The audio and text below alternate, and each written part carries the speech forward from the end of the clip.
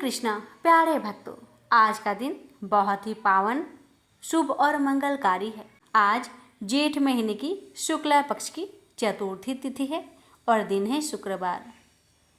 शुक्रवार का दिन माँ लक्ष्मी को समर्पित है और चतुर्थी तिथि भगवान गणेश जी को समर्पित है। और भक्तों, आज शुक्रवार का पावन दिवस है और शुक्र के साथ चतुर्थी का संयोग विशेष रूप से सौंदर्य, सुख, समृद्धि और संतुलन प्रदान करने वाला होता है। भक्तों, विनायक चतुर्थी के दिन श्री गणेश जी की पूजा से विघ्न दूर होते हैं और हर शुभ कार्य में सफलता का आशीर्वाद प्राप्त होता है। और आज के इस पुण्य अवसर पर हम पहले श्रवण करेंगे विनायक चतुर्थी की व्रत कथा और फिर रसपान करेंगे जेठ मास कथा अध्याय 18, जो कि समर्पण, त्याग, कर्म और मोक्ष का अद्भुत ज्ञान हमें देता है। यह अध्याय जीवन के अंतिम सत्य की ओर ले जाने वाला प्रकाश पुंज है। तो आइए सबसे पहले वंदना करें श्री गणेश जी की, जो बुद्धि, विवेक और मंगल के अधिपति हैं। तो आइए भक्तों, अपने जीवन की मंगल कामना को करते हुए आज की इस पावन कथा का रसपान करते हैं। प्रेम से बोलिए जय श्री गणेश। विनायक चतुर्थी की व्रत कथा के अनुसार एक बार माता पार्वती और भगवान शिव एक नदी के किनारे, नर्मदा नदी के किनारे बैठकर चौपर खेल रहे थे। तभी यह प्रश्न खड़ा हुआ कि खेल में हार जीत का फैसला कौन करेगा। इस पर भगवान शिव ने एक कुछ तिनके एकत्रित कर उनका एक पुतला बनाया और उसमें प्राण डाल दिए। इसके बाद भगवान शिव ने उस बालक से कहा कि हमारे इस चौपर के खेल में तुम्हें हार जीत का निर्णय करना है। चौपर का खेल 3 बार खेला गया और तीनों बार माता पार्वती जीत गई। लेकिन जब उसे बालक से हार जीत का फैसला करने को कहा गया तो उसने भगवान शिव को विजयी बताया।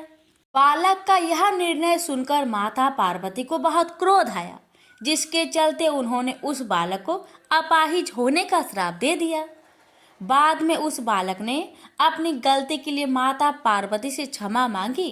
इस पर माता पार्वती ने कहा कि यहाँ गणेश जी की पूजा के लिए नाग कन्या आएगी, उनके कहे अनुसार तुम व्रत करना, इससे तुम श्राप से मुक्त हो जाओगे। कई समय बाद वहां नाग कन्या आई और उन्होंने गणेश जी के व्रत की विधि उस बालक को भी बताई। फिर उस बालक ने भी 21 दिन तक भगवान गणेश का व्रत किया। इससे भगवान गणेश प्रसन्न हुए और उस बालक को श्राप से मुक्त कर दिया। मान्यता के अनुसार बाद में यह व्रत भगवान शिव ने भी किया। प्रेम से बोलिए गणेश महाराज की जय। और अब आइए भक्तों, रसपान करते हैं जेठ मास की 18वें अध्याय महाभागवत पुराण की आगे की अध्याय की कथा। भगवान श्री कृष्ण आप सभी भक्तों की हर मनोकामना को पूर्ण करे, यही हमारी प्रार्थना है। जय श्री कृष्ण। भक्तों, शौनक जी ने कहा, अश्वत्थामा ने जो अत्यंत तेजस्वी ब्रह्मशस्त्र चलाया था, उससे उत्तरा का गर्भ नष्ट हो गया था, परंतु भगवान ने उसे पुनः जीवित कर दिया। उस गर्भ से पैदा हुए महाज्ञानी महात्मा परीक्षित के, जिन्हें सुखदेव जी ने ज्ञान उपदेश दिया था, जन्म, कर्म, मृत्यु और उसके बाद जो गति उन्हें प्राप्त हुई, वह सब आदि आप ठीक समझे तो कहे। हम लोग बड़ी श्रद्धा के साथ सुनना चाहते हैं। सूत जी ने कहा, धर्मराज युधिष्ठिर अपनी प्रजा को प्रसन्न रखते हुए पिता के समान उसका पालन करने लगे। भगवान श्री कृष्ण के चरण कमलों के सेवन से वे समस्त भोगों से निष्पृष हो गए थे। शौनकादि ऋषियों, उनके पास अतुल संपत्ति थी। उन्होंने बड़े बड़े यज्ञ किए थे तथा उनके फलस्वरूप श्रेष्ठ लोगों का अधिकार प्राप्त किया गया था। उनकी रानियां और भाई अनुकूल थे। सारी पृथ्वी उनकी थी। वे जम्बू द्वीप के स्वामी थे और उनकी कृति स्वर्ग तक फैली हुई थी। उनके पास भोग की ऐसी सामग्री थी जिसके लिए देवता लोग भी ललायित रहते थे। परंतु जैसे भूखे मनुष्य को भोजन के अतिरिक्त दूसरे पदार्थ नहीं सुहाते, वैसे ही उन्हें भगवान के सिवा दूसरी कोई वस्तु सुख नहीं देती थी। शौनक जी, उत्तरा के गर्भ में स्थित वह वीर शिशु परीक्षित जब अश्वत्थामा के ब्रह्म शस्त्र के तेज से जलने लगा, तब उसने देखा कि उसकी आंखों के सामने एक ज्योतिर्मय पुरुष है, जो देखने में तो अंगूठे भर का है, परंतु उसका स्वरूप बहुत ही निर्मल है। अत्यंत सुंदर श्याम शरीर है, बिजली के समान चमकता हुआ पीतांबर धारण किए हुए है, सिर का सोने का मुकुट झिलमिला रहा है। उस निर्विकार पुरुष के बड़ी ही सुंदर लंबी लंबी 4 भुजाएं हैं, कानों में तपाए हुए स्वर्ण के सुंदर कुंडल है, आँखों में लालिमा है, हाथों में लू के समान जलती हुई गदा लेकर उसे बार बार घुमाता जा रहा है और स्वयं शिशु के चारों ओर घूम रहा है। जैसे सूर्य अपनी किरणों से कोहरे को भगा देते हैं, वैसे ही वह उस गदे के द्वारा ब्रह्म शस्त्र के तेज को शांत करता जा रहा था। उस पुरुष को अपने समीप देखकर वह गर्भस्थ शिशु सोचने लगा कि यह कौन है। इस प्रकार उस 10 मास के गर्भस्थ शिशु के सामने ही धर्म रक्षक अप्रेमय भगवान श्री कृष्ण ब्रह्म शस्त्र को तेज को शांत करके वही अंतर्ध्यान हो गए। तदंतर अनुकूल ग्रहों के उदय से युक्त समस्त सद्गुणों को विकसित करने वाले शुभ समय में पांडु के वंशधर परीक्षित का जन्म हुआ। जन्म के समय ही वह बालक इतना तेजस्वी दिख पड़ता था, मानो स्वयं पांडु ने ही फिर से जन्म लिया हो। पौत्र के जन्म की बात सुनकर राजा युधिष्ठिर मन में बहुत प्रसन्न हुए। उन्होंने धौम्य, कृपाचार्य आदि ब्राह्मणों से मंगलावाचन और जात कर्म संस्कार करवाए। महाराज युधिष्ठिर दान के योग्य समय को जानते थे। उन्होंने प्रजातीर्थ नामक काल में अर्थात नाल काटने के पहले ही ब्राह्मणों को स्वर्ण, गौवे, पृथ्वी, गांव, उत्तम जाति के हाथी, घोड़े और उत्तम अन्न का दान किया। ब्राह्मणों ने संतुष्ट होकर अंत्य विनयी युधिष्ठिर से कहा, पुरुष वंश शिरोमणे, काल की दुर्निवार गति से यह पवित्र पुरुवंश मिटना ही चाहता था, परंतु तुम लोगों पर कृपा करने के लिए भगवान विष्णु ने यह बालक देकर इसकी रक्षा कर दी, इसलिए इसका नाम विष्णुरात होगा। निसंदेह यह बालक संसार में बड़ा यशस्वी भगवान का परम भक्त और महापुरुष होगा। युधिष्ठिर ने कहा, महात्माओं, यह बालक क्या अपने उज्जवल यश से हमारे वंश के पवित्र कीर्ति महात्मा राजश्रियों का अनुसरण करेगा? ब्राह्मण ने कहा, धर्मराज, यह मनुपुत्र इक्ष्वाकु के समान अपनी प्रजा का पालन करेगा तथा दशरथ नंदन भगवान श्री राम के समान ब्राह्मण भक्त और सत्य प्रतिज्ञ होगा। यह उसी नर नरेश शिबी के समान दाता और शरणागत वत्सल होगा तथा याज्ञिकों में दुष्यंत के पुत्र भरत के समान अपने वंश का यश फैलाएगा। धनुधरों में यह शस्त्रबाहु अर्जुन और अपने दादा पार्थ के समान अग्रण्य होगा। यह अग्नि के समान दूरधर्ष और समुद्र के समान दुस्तर होगा। यह सिंह के समान पराक्रमी, हिमाचल की तरह आश्रय लेने योग्य, पृथ्वी के सदृश तितिक्षु और माता पिता के समान सहनशील होगा। इसमें पितामह ब्रह्मा के समान समता रहेगी। भगवान शंकर की तरह यह कृपालु होगा और संपूर्ण प्राणियों को आश्रय देने में यह लक्ष्मीपति भगवान विष्णु के समान होगा। यह समस्त सद्गुणों की महिमा धारण करने में श्री कृष्ण का अनुयायी होगा। रत्नी देव के समान उदार और ययाति के समान धार्मिक होगा। धैर्य में बलि के समान और भगवान श्री कृष्ण के प्रति दृढ़ निष्ठा में यह प्रहलाद के समान होगा। यह बहुत से अश्वमेध यज्ञों का करने वाला और वृद्धों का सेवक होगा। इसके पुत्र राजश्री होंगे। मर्यादा का उल्लंघन करने वालों को यह दंड देगा। यह पृथ्वी माता और धर्म की रक्षा के लिए कलयुग का भी दमन करेगा। ब्राह्मण कुमार के श्राप से तक्षक के द्वारा अपनी मृत्यु सुनकर यह सबकी आसक्ति छोड़ देगा और भगवान के चरणों की शरण लेगा। राजन, व्यासनंदन सुखदेव जी से यह आत्मा के यथार्थ स्वरूप का ज्ञान प्राप्त करेगा और अंत में गंगा तट पर अपने शरीर को त्याग कर निश्चय ही अभय पद प्राप्त करेगा। ज्योतिष शास्त्र के विशेषज्ञ ब्राह्मण राजा युधिष्ठिर को इस प्रकार बालक के जन्म में लगन का फल बताकर और भेंट पूजा लेकर अपने अपने घर चले गए। वही यह बालक संसार में परीक्षित के नाम से प्रसिद्ध हुआ, क्योंकि वह समर्थ बालक गर्भ में जिस पुरुष का दर्शन पा चुका था उसका स्मरण करता हुआ लोगों में उसी की परीक्षा करता रहता था कि देखे इनमें से कौन सा वह है।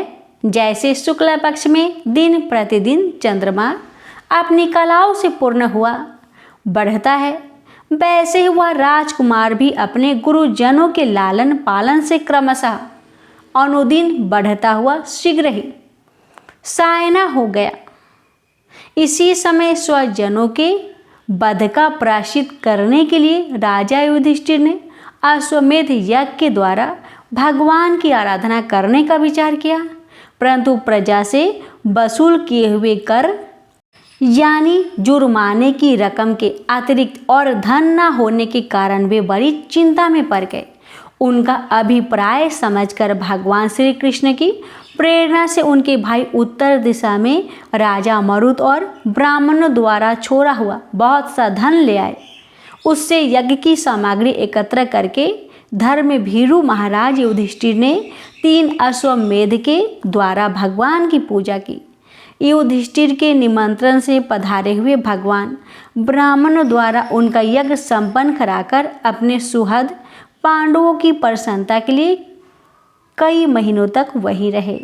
शौनक जी इसके बाद भाइयों सहित राजा युधिष्ठिर और द्रौपदी से अनुमति लेकर अर्जुन के साथ यदु वंशियों से घिरे हुए भगवान श्री कृष्ण ने द्वारिका के लिए प्रस्थान किया।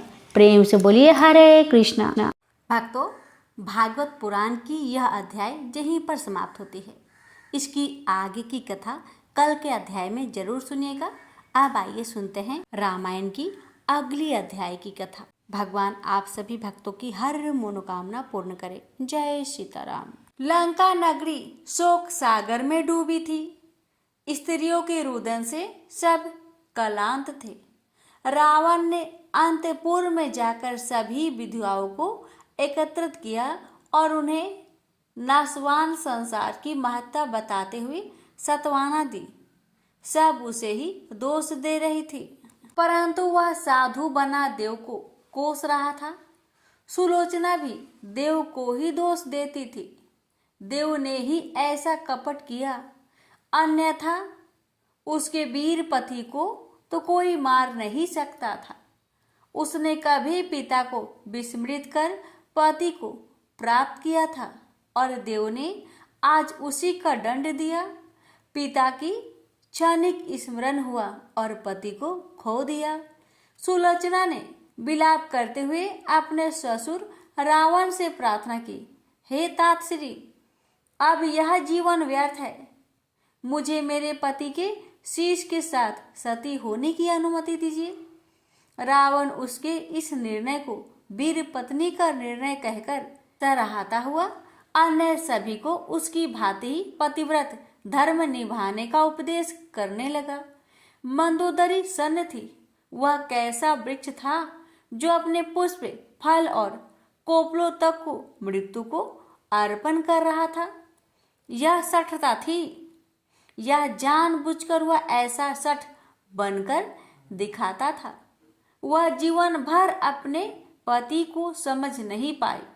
उसका पांडित्य अद्भुत था, परंतु वह उसका उपयोग कैसे करता था यह खोज का विषय था। इतना कुछ हो गया था, परंतु निश्चित था रावण निर्णायक युद्ध की तैयारी कर चुका था। अभी तक उसका पराक्रम किसी ने न देखा था।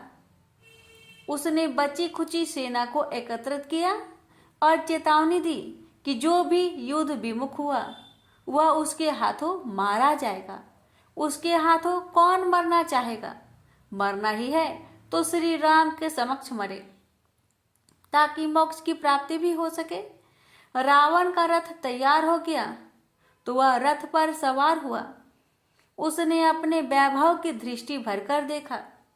इस नश्वर संसार में भौतिकता माया के अतिरिक्त क्या है वह जानता था। उसने अपने रथ को लंका के परकोटे पर ला खड़ा किया और शत्रु सेना का निरीक्षण किया। उसने इससे भी बड़ी और विकट सेनाओं का संहार कर दिखाया था। उसके 10 धनुष युद्ध भूमि को बाणों से पिंजरे की भांति बना देंगे। जो देवता राम की जय की आशा में आकाश में खड़े युद्ध देखते हैं उन्हें भी आज रावण भय देगा। रावण ने युद्ध का बिगुल बजाने का आदेश दे दिया और अपने 10 धनुष से शत्रु दल को पीड़ित करने लगा।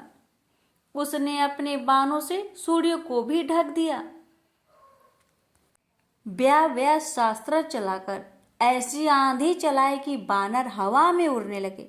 राक्षसों का साहस बढ़ गया और वे भी उत्साह में अपना पराक्रम परखने लगे। बानर दल श्री राम की दुहाई देकर प्राणों को बचाने की गुहार करने लगा। श्री राम ने अंतर्नाद सुना तो धनुष उठा लिया। रावण जैसे विकट शत्रु के सामने श्री राम पैदल कैसे युद्ध करेंगे? विभीषण व्याकुल हो गए। वे रावण के अपराजित रथ की अभेदता जानते थे, अतः श्री राम से अपनी चिंता व्यक्त की। हे प्रभु, आप बिना रथ के इस विकट शत्रु का सामना कैसे कर पाएंगे? आपके पास तो कवच तक नहीं। राघवेंद्र, श्री राम अपने सखा विभीषण की चिंता भांपकर उसे समझाने लगे। हे सखा, जिससे विजय होती है वह रथ तो दूसरा ही है। शौर्य और धैर्य उस रथ के पहिए हैं, सत्य व शील उसकी ध्वजा है, बल विवेक इंद्रिय निग्रह और परोपकार उसके 4 अश्व है, ईश्वर भजन उसका सारथी, वैराग्य ढाल और संतोष तलवार है, यम एवं नियम उसके तूनीर के अमोघ बाण और गुरुओं का आशीर्वाद अभेद कवच है। यह रथ जिसके पास है वह अपराजय है। श्री राम के नीति युक्त उपदेश सुनकर विभीषण शंका रहित हो गए। श्री राम रणभूमि की ओर चल दिए, जहां रावण अपने पराक्रम से बानर सेना को त्रास दे रहा था। वीर हनुमान व अंगद उसका सामना कर रहे थे। दोनों ओर से योद्धा भीषण युद्ध कर रहे थे। बानरों के दल रावण को चट्टानों शिलाओं से पीड़ित करने का प्रयास कर रहे थे, परंतु वह सुभट योद्धा जो यक्ष गंधर्वों से पीड़ित ना हो सका था, उन कंकर पत्थरों से क्यों पीड़ित होता? वह तो अपने स्थान से तनिक भी नहीं हिलता था। क्रोध में भरकर वह बानर दल पर ऐसे भयानक अस्त्र शस्त्र चला रहा था कि वे रक्षा करो पुकारते हुए भाग रहे थे। लक्ष्मण ने रावण का प्रकोप देखा और उसके सामने आ डटे। रावण ने लक्ष्मण को देखा तो भ्रुकुटी तन गई। मेघनाद का वध उसने ही किया था। लक्ष्मण से प्रतिशोध लेने की बात सोचकर उसने लक्ष्मण को लक्ष्य करके बाण छोड़े, जिन्हें लक्ष्मण ने सहज ही काट दिया। लक्ष्मण अब काल रूप हो उठे थे। उन्होंने रावण को लक्ष्य करके ऐसे घातक बाण चलाए जिन्होंने उसके कवच को भेद दिया और वह क्षण भर के लिए मूर्छित हो गया। शीघ्र ही रावण चैतन्य हुआ और क्रोध में भरकर उसने ब्रह्म शक्ति का प्रहार किया। लक्ष्मण उस ब्रह्म शक्ति के प्रहार को सह नहीं सके और अचेत होकर भूमि पर गिर पड़े। रावण हर्षित हो गया। वह लक्ष्मण को उठाकर लंका ले जाना चाहता था, परंतु जैसे ही वह उन्हें उठाने लगा, हनुमान ललकारते हुए आ गए और रावण के मस्तक पर भीषण प्रहार किया तो वह गिर पड़ा। हनुमान लक्ष्मण को उठाकर ले गए। लक्ष्मण शीघ्र ही चैतन्य हुए और वे फिर क्रोध में भरकर रावण के सामने आ गए। रावण चकित हो गया। ब्रह्म शक्ति का ऐसा आंशिक प्रभाव, नहीं, लक्ष्मण भी साधारण मनुष्य हो नहीं सकता।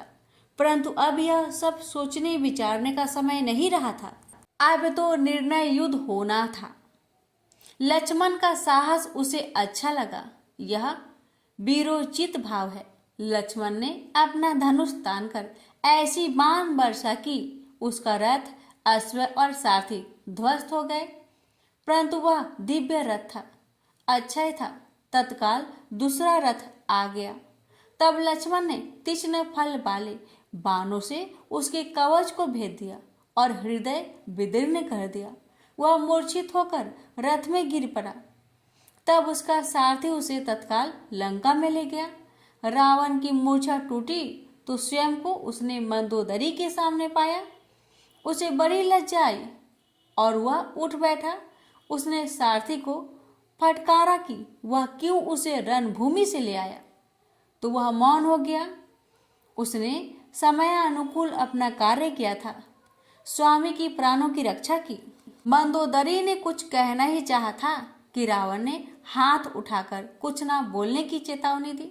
वह जान गया कि राम लक्ष्मण से युद्ध जितना कठिन है, अब उसे भी विजय करना होगा और जीत निश्चित करनी होगी। उसने भी पर्वत की कंदरा में जाकर वही यज्ञ आरंभ कर दिया जो मेघनाद पूरा न कर सका था। यह यज्ञ संपन्न हो जाए तो राम भले ही विष्णु हो, उसे नहीं मार सकता। ऐसा विचार कर वह यज्ञ में व्याप्त हो गया। परंतु श्री राम अब उसे अवसर नहीं देना चाहते थे। उनके आदेश पर अंगद आदि वानर योद्धा उसका यज्ञ विध्वंस करने आ पहुंचे। अंगद ने उसे लात मारी तो भी वह ध्यानमग्न रहा। अंगद उसे दुर्वचन कहकर धिक्कार रहा था और वानर सेना उसके यज्ञ सामग्री को जहां से वहां नष्ट कर फेंक रहे थे। अंगद ने उसके केस पकड़ लिए और घसीटकर गुफा में से बाहर लाया। उसे रुई की भांति घूरने लगे। अब रावण की धैर्य चूक गया और वह काल समान अंगद पर टूट पड़ा। अब वह जीने की आशा छोड़कर युद्ध मंत हो गया था। उसने अपना रथ बुलाया। उसकी दशा देखकर देवता हंस रहे थे। वह पहले उन्हें ही सीख देना चाहता था। वह उनकी ओर उड़ चला तो सब प्राण बचाकर इधर उधर दौड़ने लगे और श्री राम से रक्षा की पुकार करने लगे। हे गोसाई, अब इस दुष्ट रावण को ज्यादा ना सिखाइए। इसकी भयंकर दृष्टि हमें त्रास दे रही है। प्रभु, हमें निर्भय कीजिए। श्री राम ने देवताओं की विनय सुनकर अपना धनुष उठा लिया। अब श्री राम और रावण का निर्णय युद्ध होगा। श्री राम को आया देखकर वानरवीर उत्साह से भर गए और चुन चुन कर राक्षसों को मारने लगे। राक्षस अब गिनती के ही बचे थे। अतः कुछ ही समय में वानरों ने उसका सफाया कर दिया। रावण ने देखा कि अब वह सैन्य विहीन हो गया है। अब उसने माया जाल रचना शुरू कर दिया और रणभूमि में अनेक रावण दिखाई देने लगे, अनेक रथ और अनेक रावण।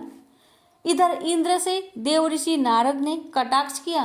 देवराज, अपना हित साधने में तुम प्रवीण हो, परंतु यह नहीं देख रहे हो कि उस रावण के सामने प्रभु श्री राम रथ विहीन कैसे शोभित होंगे। तुम्हारा रथ क्या किसी विशेष कार्य में व्यस्त है? नारद जी का आशय समझकर इंद्र सकुचा गए और उन्होंने तत्काल सारथी मातली को अपना रथ श्री राम की सेवा में ले जाने का आदेश दिया। उस दिव्य रथ पर प्रभु श्री राम चढ़ गए तो वानर दल ने उसकी उस अनुपम शोभा की स्तुति करते हुए जय श्री राम का उद्घोष किया। अब श्री राम और रावण आमने सामने आ गए थे। श्री राम ने अपनी सेना को विश्राम करने का आदेश दिया। श्री राम बड़े ही नीतिवान हैं। रावण अकेला रह गया था तो अब उन्हें भी अकेले अर्थात एकल युद्ध ही करना चाहिए। देवताओं ने प्रभु की जय जयकार की। श्री राम प्रत्येक क्षण धर्म व मर्यादा का पालन कर रहे थे। रावण की अब कोई माया नहीं चलने वाली थी, क्योंकि माया तो श्री राम की प्रेरणा से ही सक्रिय होती है। रावण प्रयास कर रहा था, परंतु अब कोई माया उसके निर्देश को स्वीकार नहीं कर रही थी। अब बाहुबल ही श्रेष्ठ साधन रह गया था। रावण के पास इसके अतिरिक्त कुछ और बल केवल अभिमान का था। हे दशानन, वाणी से बोलने से यदि कम सफल हो जाते तो संसार में पुरुषार्थ की महिमा कौन मानता। गरजने वाले मेघ बरसते नहीं, रणभूमि में आकर व्यर्थ गाल बजाना शोभा नहीं देता। रावण ने तत्काल अनेक अग्निबाण छोड़े, जो श्री राम की ओर सर्पों की भांति चले आ रहे थे। श्री राम ने एक ही बाण से उन सब बाणों को संतुष्ट कर दिया। श्री राम अब उसे बल प्रदर्शन कराने का विचार कर चुके थे, अतः उन्होंने प्रचंड वेग से बाण वर्षा कर दी। रावण यद्यपि सबको काट रहा था, परंतु वह श्री राम के अनंत बल को नहीं जानता था। श्री राम ने कब बाण चलाते चलाते उसके सारथी और घोड़ों को मार डाला, उसे पता भी न चला और वह भूमि पर गिर पड़ा।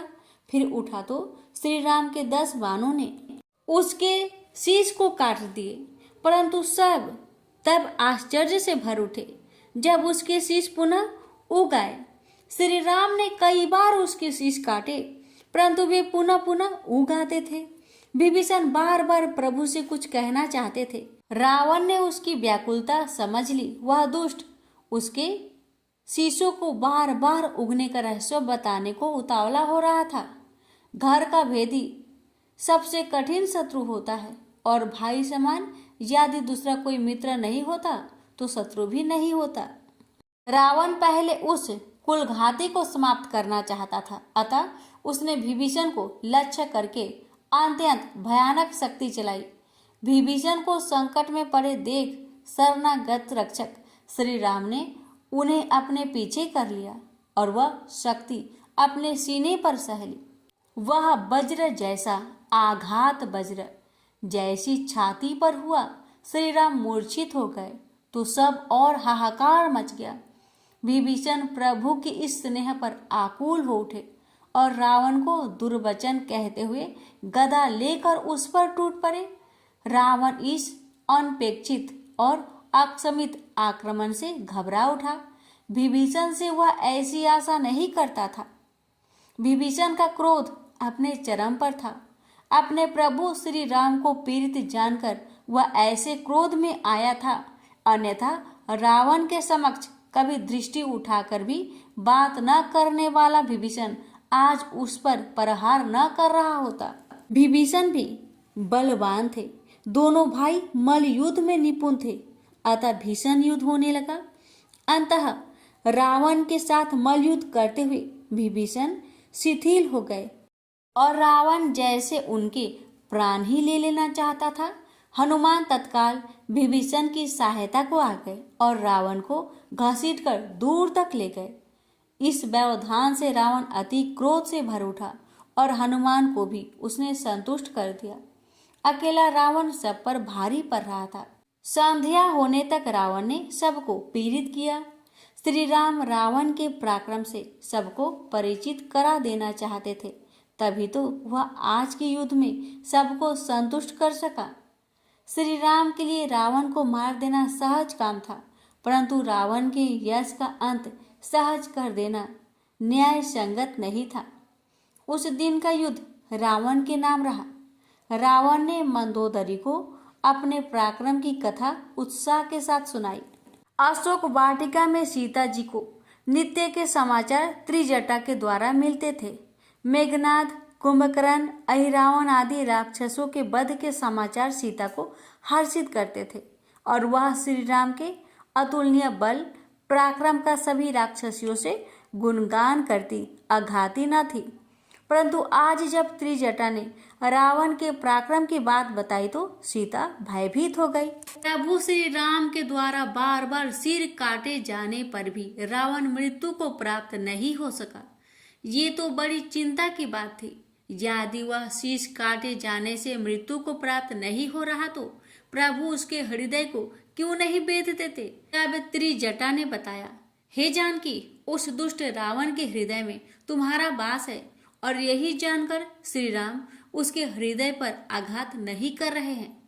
निरंतर शीश काटने से जब वह आकुल हो उठेगा तो तुम्हारा ध्यान उसके हृदय से हट जाएगा। तब प्रभु श्री राम उसका हृदय विदीर्ण कर डालेंगे। त्रिजटा की बात सुनकर सीता को सांत्वना मिली। इधर देवलोक में देवता चिंतित हो रहे थे। प्रभु श्री राम क्यों रावण को जीवित रखे हुए हैं? यह बात देवताओं को भय देने वाली थी। इंद्र सबसे अधिक चिंतित थे, क्योंकि रावण का क्रोध उस पर इसलिए ज्यादा होगा क्योंकि उसने ही अपना रथ श्री राम की सेवा में भेजा था। देवऋषि नारद ने सबको प्रभु श्री राम का गुणगान सुनाकर उनकी नीति, न्याय और महानता का बखान किया। श्री राम धर्म और मर्यादा के प्रतीक है। उनकी दृष्टि में शत्रु और मित्र का भाव नहीं होता। वे तो कर्मानुसार दंड देते हैं। सभी देवता नारद जी के शुभ उपदेशों को सुनकर प्रभु श्री राम की स्तुति करने लगे। आकाश के ऊपर से उन्होंने श्री हरि के सुंदर वीर रसयुक्त गुह समूह का गान किया गया, जिसे सुनकर प्रभु श्री राम भी भाव विभोर हो गए। नारद मुनि ने यह कहकर कि अब प्रभु श्री राम शीघ्र ही दुष्ट रावण का संहार करेंगे, सभी देवगणों को आनंद से भर दिया। सवेरा होने पर रावण मतवाला होकर युद्ध के लिए चल पड़ा। उसने माया से एक विशाल सेना बना ली थी, परंतु नहीं जानता था कि श्री राम के सामने आते ही माया स्वाभाविक रूप में उसमें समा जाएगी। अपने पिछले दिन के पराक्रम से उसका अहंकार और भी बढ़ गया था। आज वह सारे वानर दल सहित राम लक्ष्मण को भी सूरधाम पहुंचाकर फिर इन देवताओं को दंडित करेगा, जो उसका पराभव हुआ जानकर नगारे बजाते थे। रावण ने विकट वानर दल को देखा और गर्जना करते हुए बाण वर्षा शुरू करके क्षण भर में उनमें भगदड़ मचा दी। रावण अट्टहास कर रहा था। उसे शत्रु में अपना भय बड़ा ही रोमांचित करता था। इससे उसका अभिमान और उत्साह बढ़ता था। परंतु कुछ वानर योद्धा बड़े ढीठ थे, जो उससे बार बार परास्त होते और फिर सामने आ जाते थे। हनुमान और अंगद उनमें से ही थे। वे रावण को बहुत क्रोध दिलाते थे। उनकी देखा देखी अनेक वानर उसे घेर लेते तो वह घींच उठता था। उनके कर्कश स्वर उसके कानों को सुहाते न थे। रावण आज इनको माया युद्ध दिखाने लगा था। वह कभी भालू, कभी आग और कभी रक्त की वर्षा कर देता। जब श्री राम ने देखा कि राक्षस राज के अभिमान ने चरम सीमा पार कर ली है, तो वे अपना सारंग धनुष लेकर शिविर से बाहर आए। वहां मातली रथ के साथ खड़ा था। श्री राम रथ पर सवार हुए और धनुष की टंकार 3 बार करके देवताओं को संकेत कर दिया कि आज रावण के जीवन का अंत हो जाना है। श्री राम ने अपने दल को रणभूमि में व्याकुल होकर इधर उधर भागते देखा तो रावण को ललकारा। रावण अट्टहास करके राम की ओर मुड़ा। रे तपस्वी, कल का मेरा प्रहार सहकर भी तू जीवित है, यह आश्चर्य की बात है। परंतु कोई बात नहीं, आज मैं तुझे पत्नी वियोग से पूर्णतया मुक्त कर दूंगा। श्री राम ने उसके दुर्वचन का उत्तर बाण से दिया। वह बाण उसके 10 मुकुटों को उड़ा ले गया और रावण के केस खुले गए। उसकी विचित्र दशा हो गई। उसके केस हवा में उड़कर उसकी आंखों को ढक रहे थे। तब श्री राम ने उसके 10 शीश काट दिए और 20 भुजाओं को भी अलग कर दिए। वह क्षण भर तो टुंड मुंड खड़ा रहा, फिर उसके शीश और भुजाएं पुनः आ गए। तब विभीषण ने श्री राम को बताया कि रावण की नाभि में अमृत होने के कारण उसके शीश व अंग अक्षत है। रावण ने जान लिया कि घर की भेदी ने लंका को ढाने का कार्य कर दिया है। वह विभीषण के दुर्वचनों से संतृप्त करके बाण प्रहार करने लगा। परंतु जिसके रक्षक स्वयं श्री राम हो, वह किसी के मारे नहीं मरता। रावण अब प्राणों का मोह छोड़ चुका था और अब उसने अपना पराक्रम पूर्ण रूप से दिखाकर ही मरने का निश्चय कर लिया था। श्री राम ने धनुष पर अत्यंत विकराल बाण का साधन किया। तभी चारों ओर नाना प्रकार के स्वर उभरने लगे। सियार लोमड़ियों की रोने की आवाजें लंका में भी पहुंचने लगी। वायु प्रचंड वेग से चलने लगी। रावण शास्त्र विद्य था। अब उसकी अंतरात्मा भी कहने लगी थी कि वे सभी अपशकुन उसके अहित के लिए हो रहे थे। फिर भी वह अपनी आन नहीं छोड़ रहा था। उसके 10 धनुष काल बाण छोड़ रहे थे और बानर दल को व्याकुल कर रहे थे। इससे देवता भी भयभीत होने लगे थे। श्री राम ने जान लिया था कि अब रावण केवल शत्रु विनाश के विषय में सोच रहा है और अब उसका ध्यान संसार की किसी अन्य वस्तु या जीव में नहीं रहा। तब उन्होंने धनुष पर 31 तीक्ष्ण बाण चढ़ाकर कमान को कानों तक खींचा और बाणों को लक्ष्य की ओर छोड़ दिया। एक अग्नि बाण ने रावण की नाभि को बेधकर उसके अमृत को सुखा दिया। 20 बाणों ने उसकी भुजाएं काट दी और 10 ने उसके शीश उतार दिए। बिना सिर और भुजाओं के रावण का शरीर रणभूमि में भागा फिरने लगा।